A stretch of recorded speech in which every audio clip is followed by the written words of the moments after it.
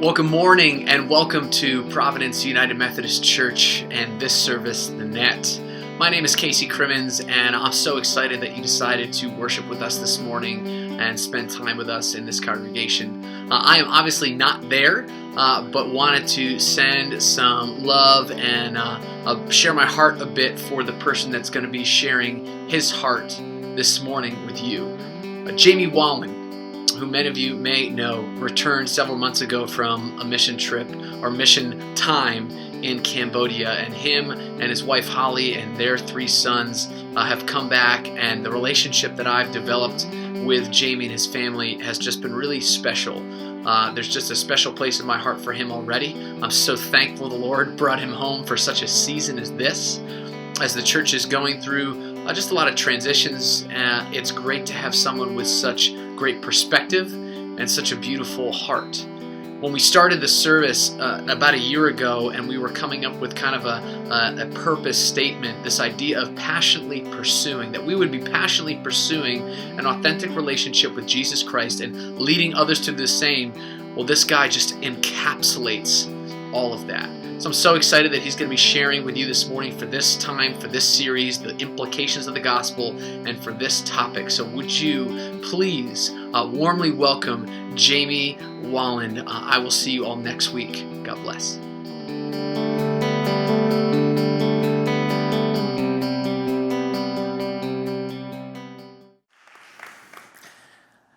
That's a little humbling. It's good to be with you all this morning. I am Jamie Wollin. I've been a member of this church since I was a baby. I was baptized in this church by one of our pastors, Harley Dixon. And I want to honor my wife this morning. This is Holly, will you wave? My wife, Holly, and my 3 boys, 2 of them are here. Thomas is 9, Eli is 5, and Luke is 1. And my mother and father and aunt are sitting here as well. They have all been a part of my journey and growth in Christ. And this church has been a huge part of my growth and journey in Christ. And I owe so much to what God has done through the life of this church to me. Who am I? I am a sinner saved by grace. I'm a child of God that is loved by God. I don't say that with pride in my heart. I say that only because God has taught me so much and is still teaching me so much about His love for me. And I'm growing in that way. And I'm still a work in progress. You'll see some of that this morning. But I give thanks to God for all the things He has taught me and has taught my family through our journey to follow Him across the world, in the good and the bad. This morning, we're going to do something a little different, and we'll introduce that in just a minute. You see 2 chairs here. I'm not going to stand and preach at you today. I just have some of a story to share. Last week, though, I heard that we had a really good message. I was not here last week, but Dominique brought the word, and I heard he did a fabulous job about the gospel and marriage. This week, you can turn your attention to the screen and get the introduction.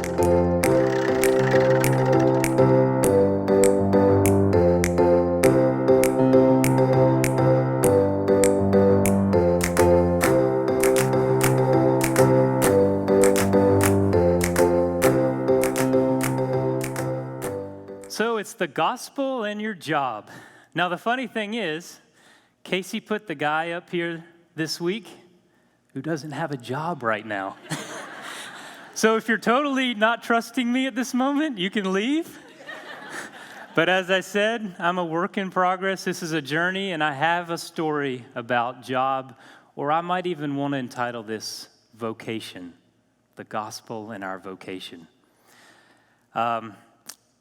2005, my wife and I, we felt a deep calling in our heart, a particular calling to us to go and move overseas and to share God's love, His gospel with others.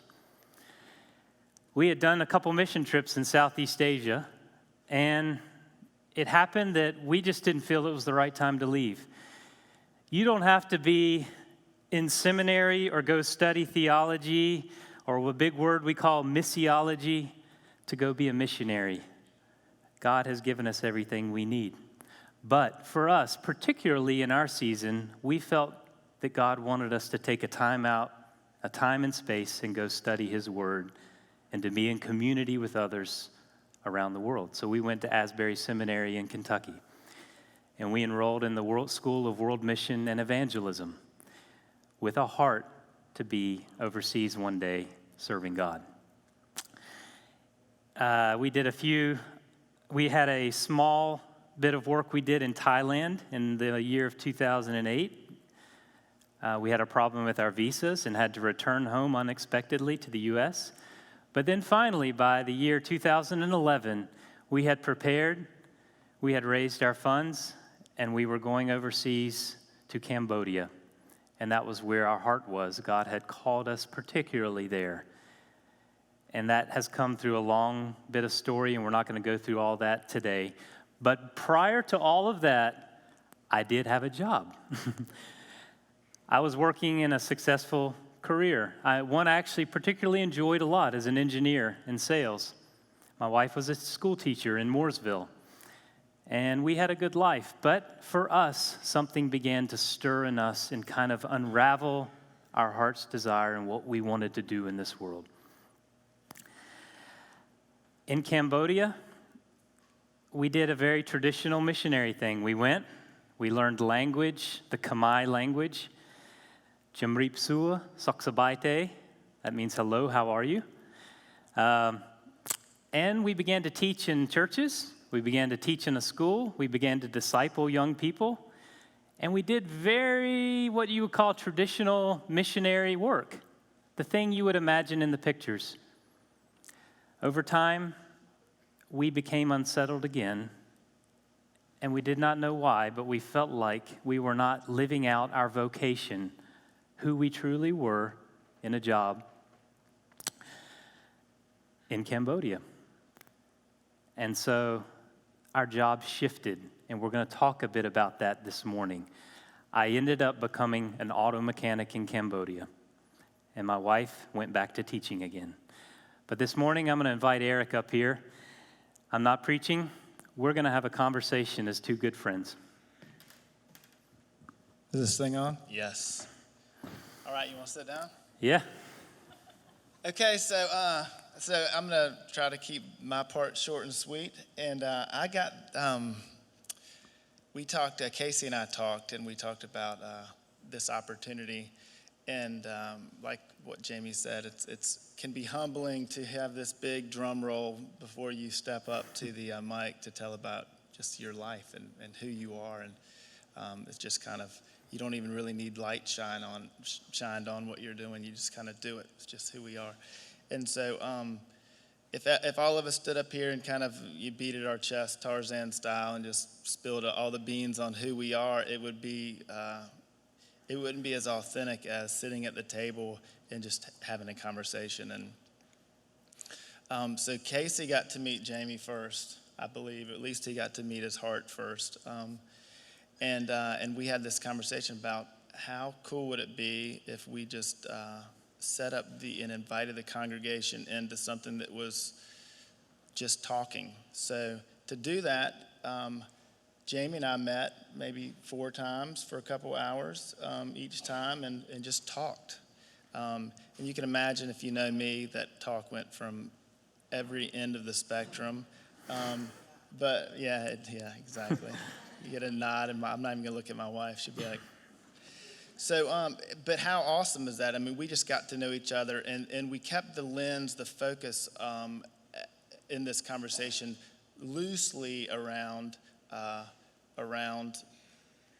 the gospel and your vocation and your job. We let it kind of free form from there. And interestingly, each conversation was significantly different than the next. We met at one point, so you're allowed to smack me if I go the wrong way. So we met at one point where we went through different seasons of our emotions. One day there's just a lot of stuff weighing us down, and that's that was what the conversation was about. And other times where it's like overjoyed, and like when you're with that buddy and they say something, you're thinking the same thing, and you're like, yes, and you like want to get up and knuckle bump and hug each other. So we've had those moments too. So in doing that, I wanted to set up the opportunity. I've taken notes. It wouldn't be weird if every conversation I had with you guys, if I took notes, and then brought it back up. Well, that's kind of what's going to happen. So I've got to hear Jamie's story, and I want you guys to hear it, but in this way that isn't Jamie boasting or whatever, but just somebody that followed the Lord's knock on his door and just said yes. So anyway, does all this sound good so far? Yeah, let's go. Yeah. I also gave Jamie the permission to be like, whoa, dude, you've got to stop on that one. So he can pull the ripcord at any moment. Okay, so out of what you just shared with us, Jamie, and just so you guys know, this is unscripted. We do have, I'm going to put this on the ground so Jamie can see it too. We do have pictures, and Deb is sitting up in the booth, and she has like no idea what bombs we're going to drop or any, there isn't any specific notes that they're going to pull up at the right time to, put a light bulb and make everything connect. But anyway, so if something comes up, it's magic that's happening up there because Deb's really good at this stuff. But anyway, okay, so we don't know exactly how this is going to go. I hope that it moves in all of us. So Jamie, let's talk about, let's first of all talk about that change that happened. So you went fully geared up in this, I'm going to go with this calling and be a traditional missionary, what we all kind of picture. Yeah. And then you had this ginormous shift. Well, I mean, you just dropped the little tiny shell of you decided to be a mechanic, and Holly was a teacher. So let's elaborate on that a little bit. Yeah. Well, a lot of it deals with God really wrestling with your identity. When you go from Holly and I both studying and working through theological seminary, and you head to go serve overseas, you're like loaded with guns in your pocket. You're going, I have so much to teach. I have so much knowledge to share. We are just going to knock the socks off these Khmer people, and they're all going to come to Jesus. And then you find that relationships are hard there. You're totally a baby in language. It's one of the most difficult languages in the world. So we still today, we speak Khmer, but we sound like babies. And your limitations come in on you, and you find out you're so limited. You're not as strong and great as you think you are. Yeah, God's gifted you and given you good perspective. But we were doing a very traditional thing and doing what we felt and knew at that time that we as missionaries needed to do. Teach, preach, disciple, work alongside people in the church. But over time, I think, especially for me, I began to feel that I wasn't living out who I really was within me. And I had left a job in engineering. I loved working with my hands and designing and working with metal and things like that. And all of a sudden, it began to come back at me. You find yourself talking and reading the Bible with a group of young men in Cambodia, and I'll just share the secret with you. All of a sudden, your mind starts thinking about projects you want to do or things you want to build, and you're going, this is not holy. This isn't a holy thought. I need to get back where I'm supposed to be. And this stuff starts happening, and you realize, why am I thinking about these things, and what am I wanting to do here? And one day, my car just happened to start leaking oil. The engine was leaking, and it was one of the rear engine seals. Really difficult one to change. You got to pull the whole engine out. So I called my Cambodian friend, a mechanic. I said, hey, can we spend the day together, go to your shop, and pull the engine out of my car and change these seals? So we did that. We spent the whole day together. And late in the afternoon, we're all bloody knuckles and arms are dirty. And he looks at me, and we're leaning over the car, finally done, and he just says, Jamie, why do you come all the way to Cambodia to do this? Why would you come work on a car all day with me? And that question just began to wrestle in me. And I just said, I came to Cambodia because I want to share about who God is. He loves you, and he's first loved us, and he wants you to know him. And this guy didn't know Jesus.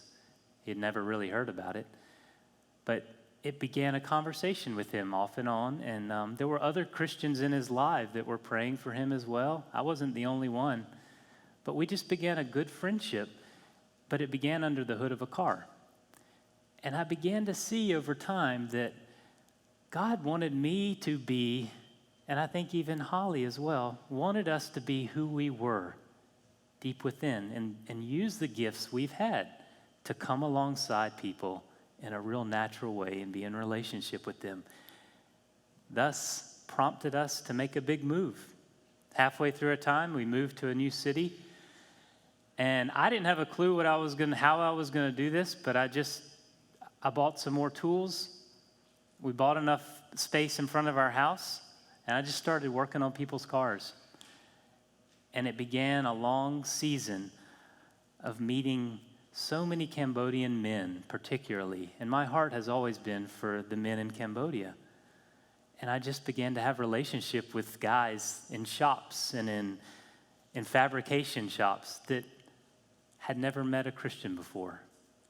And it just became my way of being. Yeah, that's awesome. Okay, so I'm lily pad hopping over here.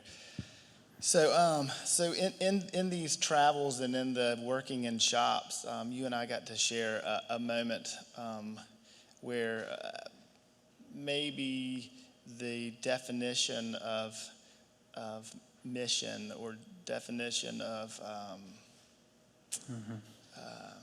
that kind of move and shift in your mind happened, and it was on a trip. Mm-hmm. So let's talk about that. Deb, can you go to picture number 4 on Cambodian friends? I was one of my responsibilities or tasks in my mechanic work was to find cars for people. People didn't know what they were looking for in Cambodia, and when you go to Cambodia, they ship all these American vehicles there that are totaled. And the Cambodian shops, kind of underground stuff, they go and repair all these totaled vehicles. They piece them together with parts they make, and half the time they're very dangerous. So a lot of people needed someone with an eye to a car to go look and shop for a car that wasn't dangerous for them and was in good shape. This is one of my best friends in Cambodia, Paul. He was needing a vehicle.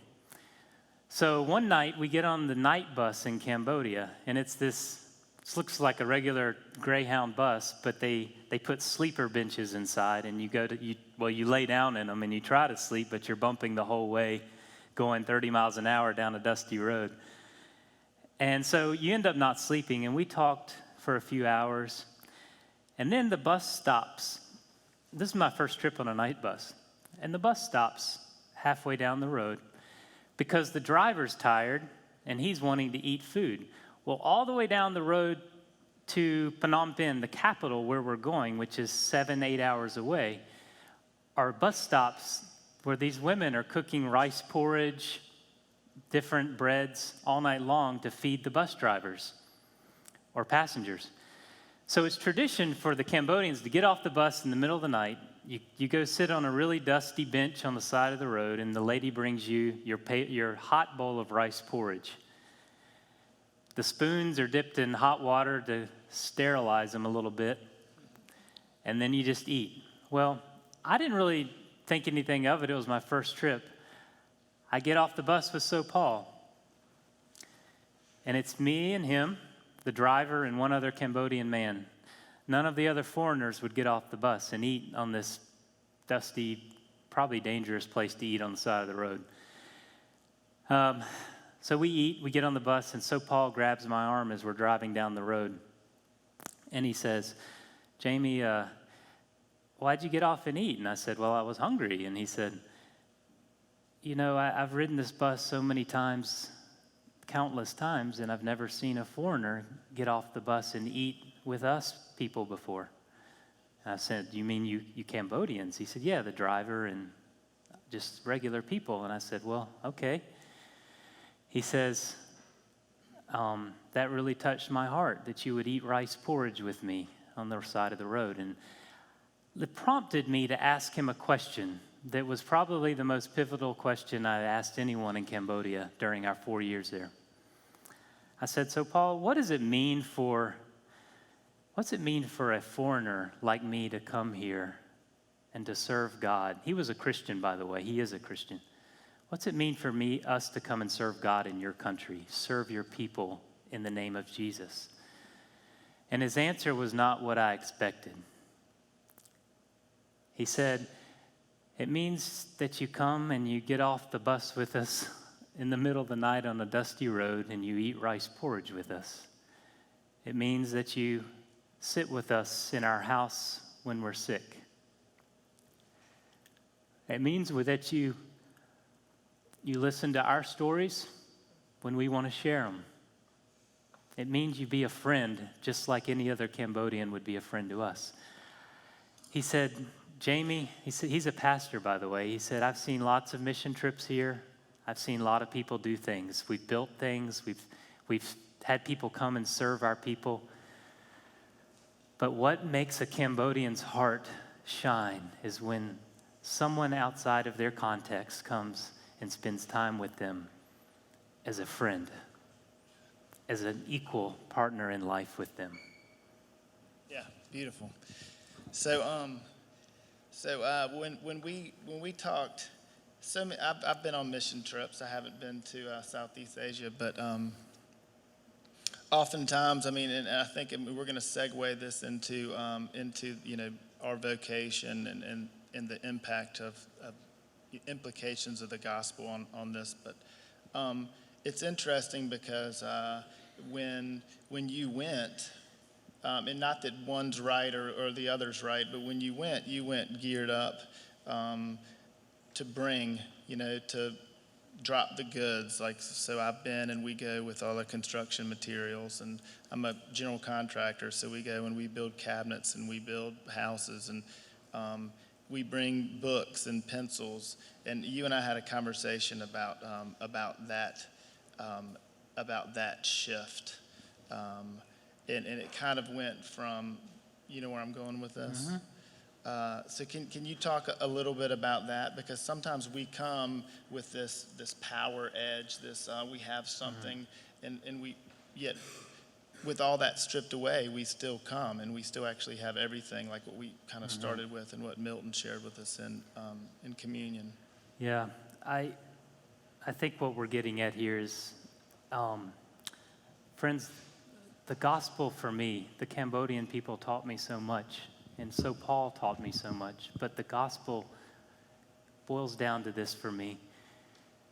Christ lives within me. The Father lives within me, and I live within them. And this is the inheritance we have. It's God's promise to us. When we become born again in the Spirit of God and we give ourselves to Christ, He lives within us, and as Milton said this morning, we come to the table and, He's given us everything we need. Can you go to picture number 2, Deb?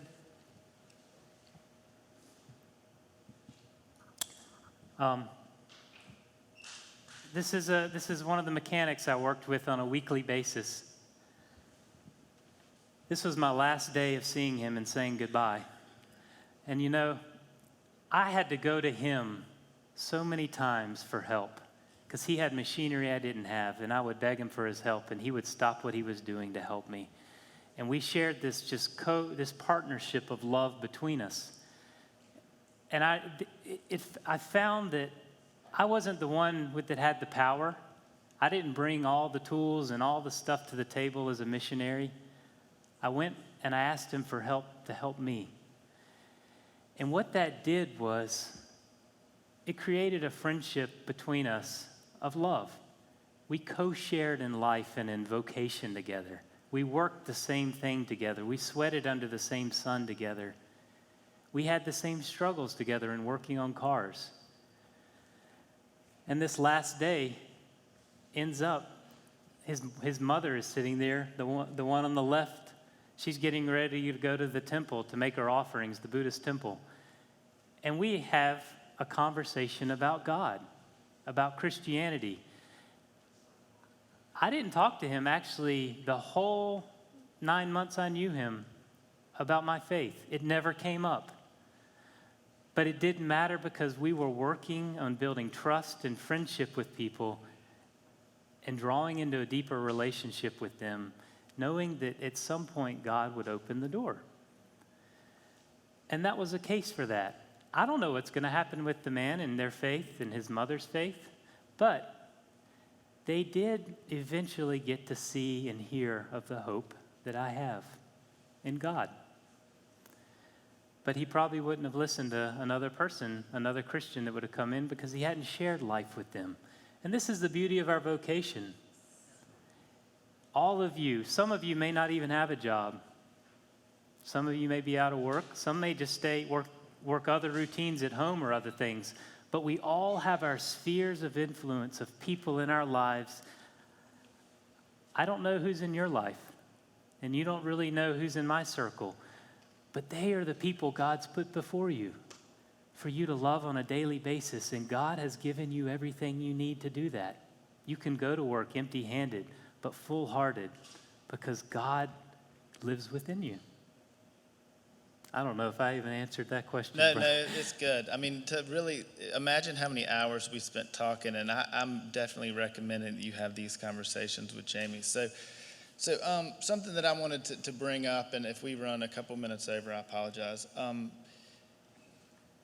So sometimes, like as we've talked and we're trying to craft how all of this thing is the gospel and in your vocation, it so parallels to me like evangelism. So if you carry your gospel, if that just means like, hey, just being a good person or the opportunity to make the conversation come up or whatever, like what would be your comment towards, and I know some of it you just unfolded, but you hung out with this guy and you guys just got heart to heart for months and months and months.